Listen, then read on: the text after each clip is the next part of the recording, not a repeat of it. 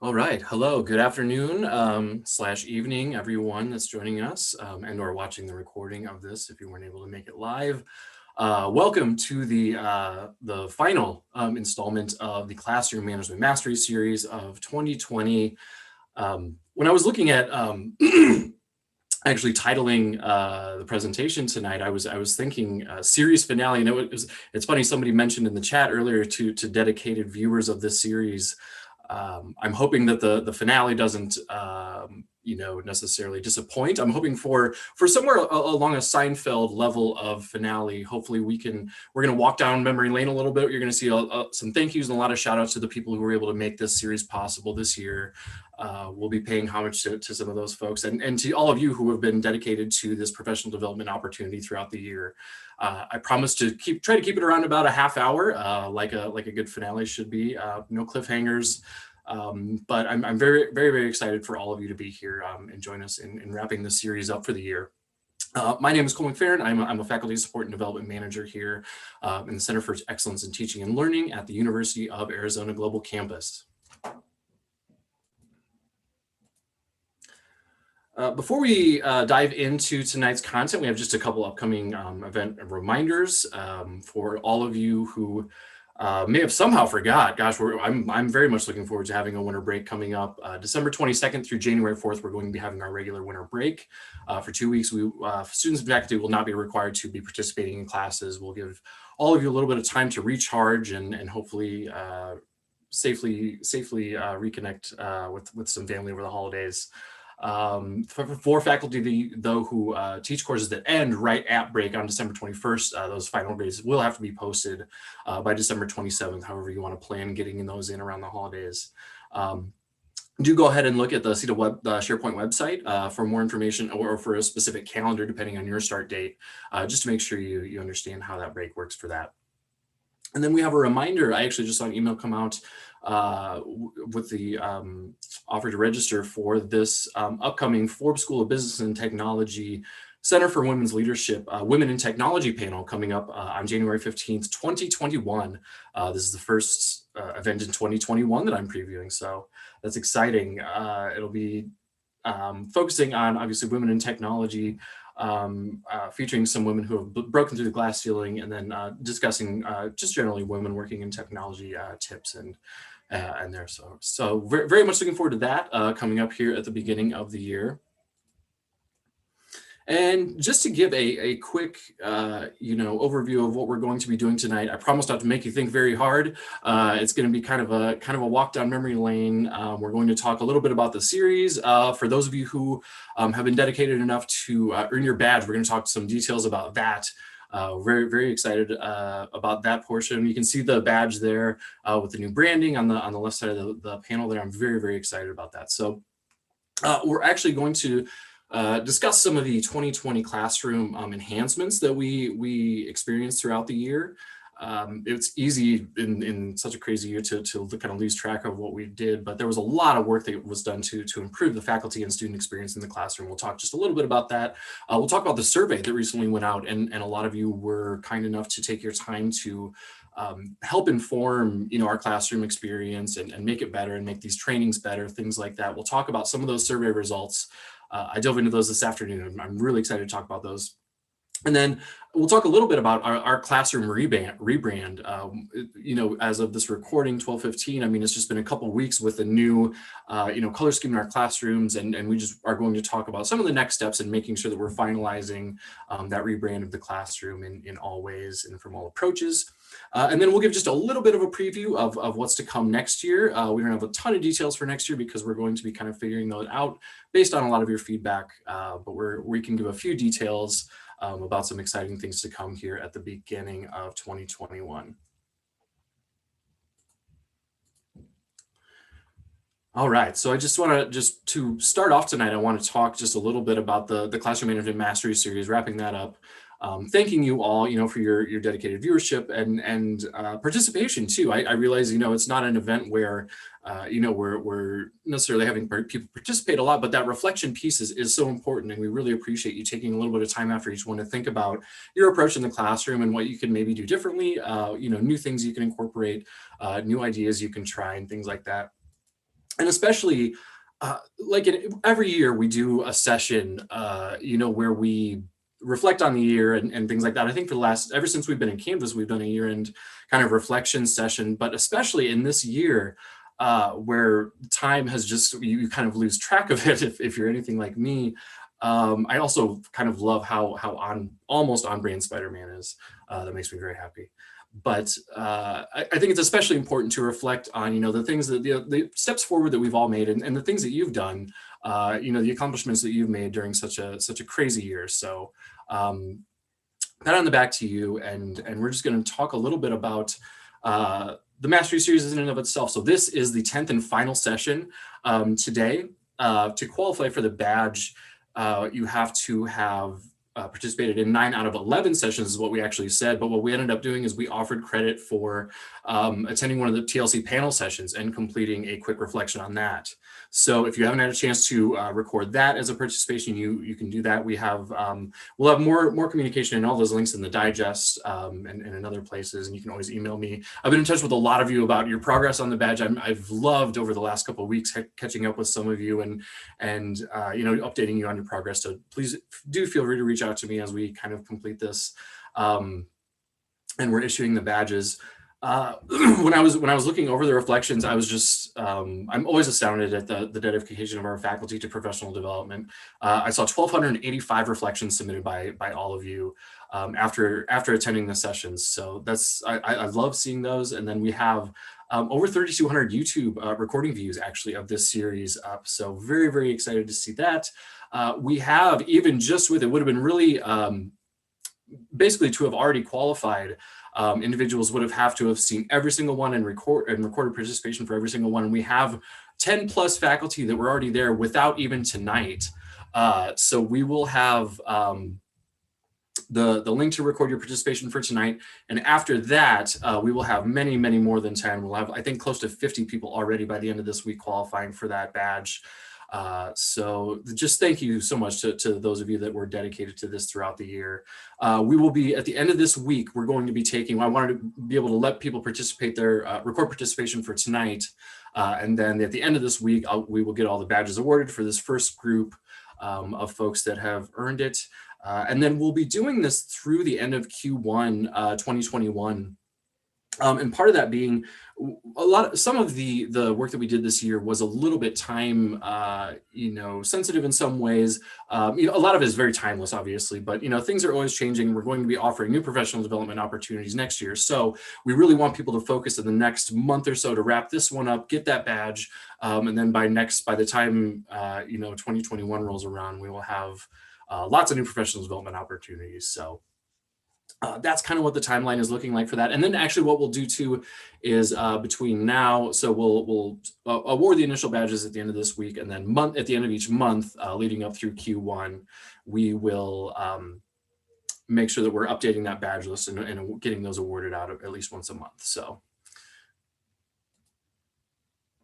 and one of my favorite things was actually the opportunity that I had to collaborate with so many faculty members throughout the Classroom Management Mastery Series throughout the year. I wanted to make that an emphasis of this series, and each month that we presented, the faculty member just brought so much expertise that the CEDL doesn't necessarily. I love to provide kind of the how-to, the kind of the technical thing, and then the faculty came in and just gave that subject matter expertise and were just spot on with their teaching practices. We started the year off with Alan Belcher. We talked about the Inspire for faculty when we were still using Civitas, and then some nudge best practices. We had James Moore next month talking about feedback and some efficient ways to do that. Debbie Carpenter helped us talk through discussion forums. Michelle Rosser Majors came in, talked about video in the classroom. And then the next month we had a whole panel focused on civil discourse, which was one of my favorite sessions of the year, without a doubt. The next month, we had Dan Taniano, who came in and helped us launch Signalz. Michelle Warren came in the next month. We talked about academic integrity. Tricia Lauer and then Nicole Perry came in the next month. We talked about Waypoint and learning outcomes. And then to wrap the year up, my team of fantastic faculty support and development coaches and consultants came in, and we did kind of a recap of the biggest faculty takeaways from the sessions at our annual Teaching and Learning Conference. So just a huge thank you to all of these individuals who, and more, and also Stephanie Adams too for helping kind of create the forums and help on a lot of the back end technicalities and always helping with chat.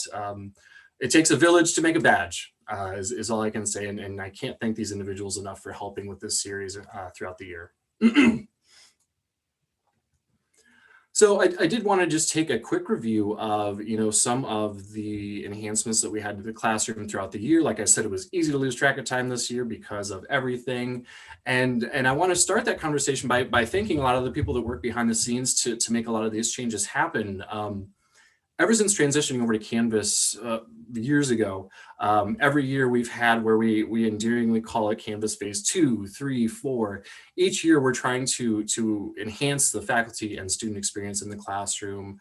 Some of them are Canvas driven, some of them we drive on our own, and we always really rely on your feedback to deliver those enhancements. And these are the individuals who are from both University of Arizona Global Campus and Zovio. We have representatives from both sides who come together once a week. Josh Cohen is our fearless leader and organizer. We get together once a week and talk about the best ways that we can enhance the classroom feasibly with what we have and what we can do. So just big thank you to these individuals for helping drive these improvements to the classroom. And really, this is where we're able to instill that faculty voice and have that faculty representation as well about what matters and what we can do to make the class better. So some of the big ones, big highlights from this year, early on in the year, we introduced Folio. That was actually a Canvas-driven enhancement. Folio and the portfolio platform in general, we had it for some students in some classes before, but it was rolled out to all students and faculty actually early on in 2020. New Analytics was a tool that Canvas added on early on in the year as well, that gave us a little bit of a really cool, insightful dashboard on faculty or student engagement and success, and some cool ways to reach out to students there. That's a part that feels like it's been part of our classrooms forever. As does the late written assignment fix. It was just earlier this year that we were able to fix that waypoint return where it didn't mark assignments late. It feels like years ago that was fixed. One of the other big, I think, which also just feels like years ago to me, is having to manually run papers through Turnitin. And it feels like a very long time ago that we've had to do that. That enhancement was offered this year, the Turnitin batch submission tool. And then Canvas keeps sneaking, little updates and little things, in on us too. Like there's a history button on the left navigation that a lot of people might not have noticed. Canvas Drives it's a fantastic LMS to work with because they are continually developing and evolving their product and working with us and taking our feedback. So one of the crowning, I feel, enhancements of 2020 was the transition to Signalz. In August of this year, we had worked over the last couple of years with Civitas Inspire for faculty and really instilled this culture of nudging. Our faculty have been fantastic about setting, specific interventions to students to help, push them along toward their degree. So we already kind of had that culture, and to be able to move to a product that really, fit us better and fit our model better and fit our students better, has just been great. We've already seen 87,000 interventions as of a couple of days ago sent so far from our faculty. So we're very thankful for that, your dedication to that. And we've already seen some enhancements to Signalz. That's another very big pro about our transition to Signalz is we're able to work so close with Zovio and give our feedback directly and say, hey, wouldn't it be nice if we had this? If we added this, or hey, this doesn't work quite right. We have very direct channels in for that feedback, and they've made a lot of enhancements even so far since the launch in August. We have an updated dashboard up at the top and user interface. If you haven't been in there for a little while, go in there and check that out. And then we have some additional data that's been added, per some of your requests and per some of our requests, and then some enhanced messaging channels that we're working on improving. So very thankful for all of that work in 2020. And on that vein, I want to talk a little bit about the survey that we recently sent out, asking you all about your experience in the classroom.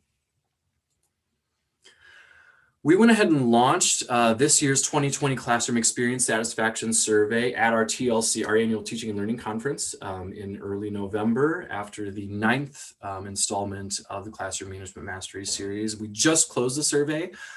We were able to get 196 faculty responses, which is very much in line with prior years, especially considering the fact that we transitioned right around the time of Thanksgiving, and it's asking folks a lot to do on top of getting all the paperwork completed for that. So just a huge thank you to all of you who provided feedback during a busy time. We've done some analyzing of it, and we're looking forward to diving in a little bit more over break, and then kind of helping using that to plan on our professional development and the classroom enhancements for next year, honestly. So very much looking forward to that. Ever since we came over to Canvas, we've done one of these surveys every year, and every year we've kind of improved and tweaked it a little bit. So very excited to dive into the just some very high level results that we'll talk about today. So we asked faculty, first off, their level of just overall satisfaction with some of the classroom features that we see, and kind of working from left to right. On the right, we see some of our strongest, features that faculty rated, and on the left, we see some of our areas for opportunity that we see. I was very pleasantly surprised to see, portfolio and tutoring are two things that faculty are loving. Apparently, where courses where those are being offered, it's really, making a difference, and faculty are seeing that. The curriculum feedback form had been added to the help navigation. That was another faculty favorite from this year. We see some faculty really liking the mobile experience. I can foresee maybe some professional development this year on the mobile experience and best practices in that. And then that batch submission turn-in tool saves everybody a lot of time and is a favorite. Some things that we see as areas of opportunity, Waypoint, we've seen that in years past as well. We do have, some news on that front with some improvements coming soon. I'll talk about a little bit toward the end. Discussions, actually, that's another one that we see year over year to where it is just an area of opportunity. We're always trying to figure out ways to make that discussion experience better, since it's such a pivotal, part of our students' educational experience. So we're going to be seeing some Canvas enhancements coming in 2021 from that. We'll talk a little bit about that. Signalz is another, kind of area of opportunity that was indicated. I will be interested to see, as we continue to, add tools and kind of refine Signalz with your feedback. I'll be interested to see that. And it was we'll talk a little bit about, professional development opportunities and in a little bit, but the inbox, and then Civitas was actually an area of opportunity as well that was kind of noted, but that is no longer one. So some interesting insights, just kind of high level there from the satisfaction. We also took a little bit of a different approach this year in asking, a little bit, straightforward about what faculty want professional development on. And we see definitely faculty are interested in learning more about Signalz. We would love to talk more about A, using Signalz, and then B, best practices in interventions and nudging and what that looks like. So I foresee professional development with that. Year to come. Turnitin, maybe not a favorite, but definitely a need. That academic integrity piece is always crucial. SpeedGrader, there's not much interest in Waypoint PD. Incorporating video, we're seeing a lot of interest in that. So I'm certain that we'll see some PD offered for that this year. Getting more of an awareness out about tutoring. I can see that being a target for this next year. New analytics, mobile, like I mentioned. New analytics is one that snuck out this year that a lot of folks were, probably just not as aware of. So definitely some areas for PD, coming up in this next year. And really, like we had kind of talked about, why I kind of walked us through, all of our faculty contributors and where we've been this year. And we were having some conversations in the CEDL about planning out next year and what professional development looks like. And this series has been a nice groundwork in a lot of ways. We touched, basically every area of the classroom. And I think next year we're going to be looking at a lot of PD opportunities to potentially level up, is kind of what we keep referring to it as, or getting to that next step. In best practices, things like that. So, and I was just so pleased when I was able to review. I mean, over half of our faculty are extremely satisfied with the classroom experience, with over 40% being somewhat satisfied. That is a vast majority of our faculty being, very, very happy with the teaching environment we have. So just thank you to all of you who give feedback and allow us to keep improving it. And it's an evolving, adapting organism thanks to you. So I want to talk just a little bit this evening about rebranding your classroom. Obviously, we saw, as soon as we made the transition over to University of Arizona Global Campus, overnight, we saw some of those color scheme changes, some of those bigger, branding changes that we saw immediately.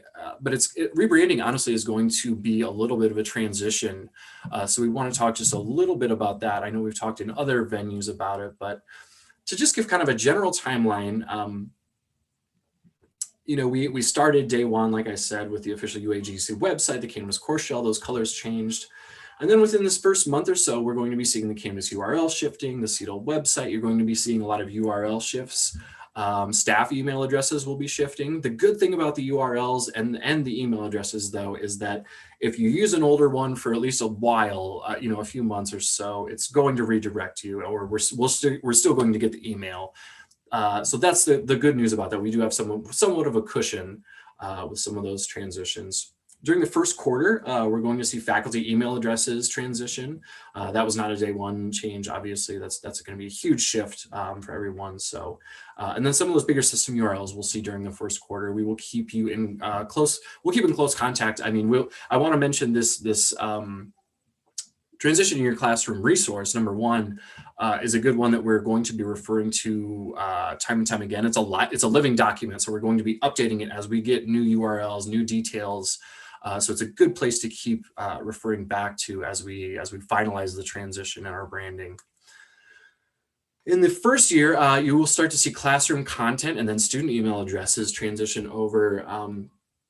And the general approach that our partners at Zovio and our curriculum teams have taken is really working in those classes that are, number one in a student progression.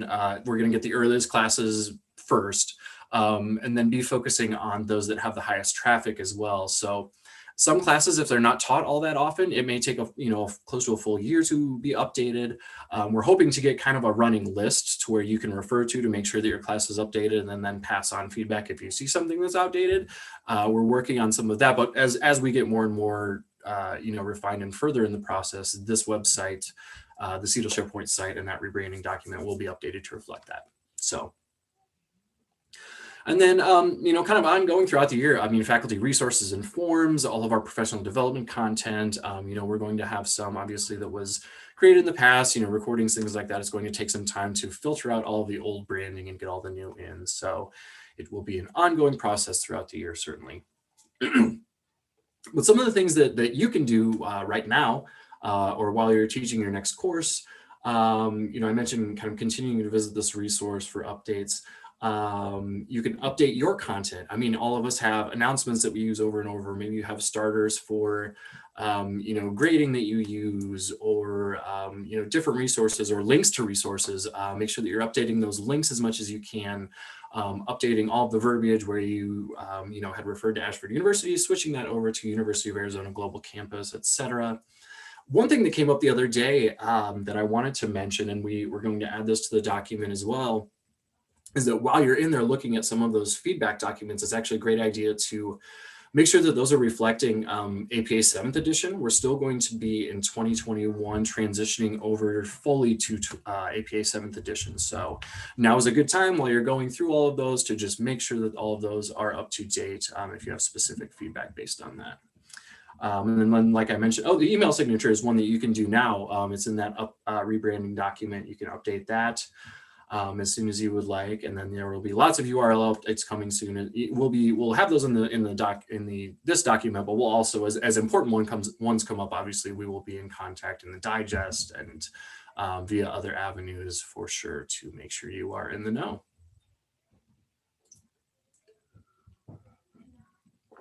So like I mentioned, I want to do just a quick preview of some of the things that we know for sure are to come next year. And one of those updates that we're going to be seeing, one of the areas of opportunity that we had was the waypoint, as faculty had indicated in the survey. And we will be seeing the actual PDF converter that we use in Waypoint, that we mark the papers up with. It converts them to a PDF, and that's the tool that we use to mark the papers up with. That will actually be updated. We'll be updating to a new system with that. So hopefully that'll work out some of the clunkiness that we see in some of the formatting errors potentially. It'll work a little more smoothly, hopefully. So we're looking forward to that in Waypoint, that update coming very soon. In January, we are going to be seeing an update in the rich content editor in Canvas. This is a Canvas-driven change. You can see there on the right-hand slide. We're not rolling out an introduction to foods course to the best of my knowledge. But if we did, it'd be really nice. You could insert images easily. It's more so a facelift. There'll be a couple new features, added to that. But we'll have some more details as that rolls out here. In January of 2021 is what they're looking at this moment. So. We're going to continue to see improvement in Signalz. We continue to get feedback from you, and really the development that we've already seen is very, very promising, and we're going to continue to see more and more improvements to that in 2021 for certain. Another area of opportunity that we've had, since the beginning of time with Canvas and with higher ed in general is making discussions meaningful and making them engaging. What does that look like? So one of the things that we do know about the Canvas 2021 roadmap is that they are planning some discussion improvements. So I know, for example, they're hoping to roll out a function where you can tag an individual. One thing that we hear all the time, it's like, oh, I respond to my students and they don't respond back. It's not really a conversation, but they'll be looking at a way to where you can tag an individual when you reply to them, or you can just tag them. To get their attention and kind of enhancing the overall discussion and notification experience and making that a little bit more engaging. Honestly, Canvas, was in, they just were so busy this year kind of with the online education boom and so many schools transitioning over. I know that they just saw so much, traffic, and they were just working through supporting all of that for a lot of the year. So I know they're looking forward to as well, next year, looking forward to moving things forward and improving the product in ways like that. And honestly, we're looking to, we still have a lot to be determined for our improvements for next year. What things can we do in-house to make the classroom experience better? We will be taking some time over the short break that we have to, really pour over, the classroom experience survey results. We're going to be pouring over all the reflections that you submitted from this series, and really kind of planning out, next year of A, what classroom enhancements look like, and B, what do some of our professional development opportunities look like? So very, very much excited for that. And really, we really did wrap things up in just about a half an hour. That was all that I really had for you today. I do just want to kind of reiterate, this year has been a year of a lot of things for sure, for a lot of us, but I want to commend all of you for your dedication to professional development throughout the year, on top of everything that's going on. I was able to gain a little bit of perspective. I was fortunate enough to, this year I participated in the OLC, the Online Learning Consortium, Institute for Emerging Leadership in Online Learning. And it launched, frankly, we were doing a lot of our coursework with some of my colleagues. We were doing it right around when semester was starting, the fall semester, and those poor individuals were scrambling to figure out, do we do hybrid? How do we do it? Our faculty can't teach online. How do we train them? And I am just so thankful that this year, in this year, we have been able to keep mostly business as usual. Obviously, our lives have changed, our students' lives have changed, but we've had such a solid system and such a solid faculty core to keep things going throughout the year. And in a year when everything else is crazy, you all have been just rock steady. So just thank you all for your dedication to the classroom experience and for your dedication to the series and making things better for our students. And I hope you have a little bit of time to recharge and celebrate the holidays. And that's all for the Classroom Management Mastery Series of 2020. Thank you all so much.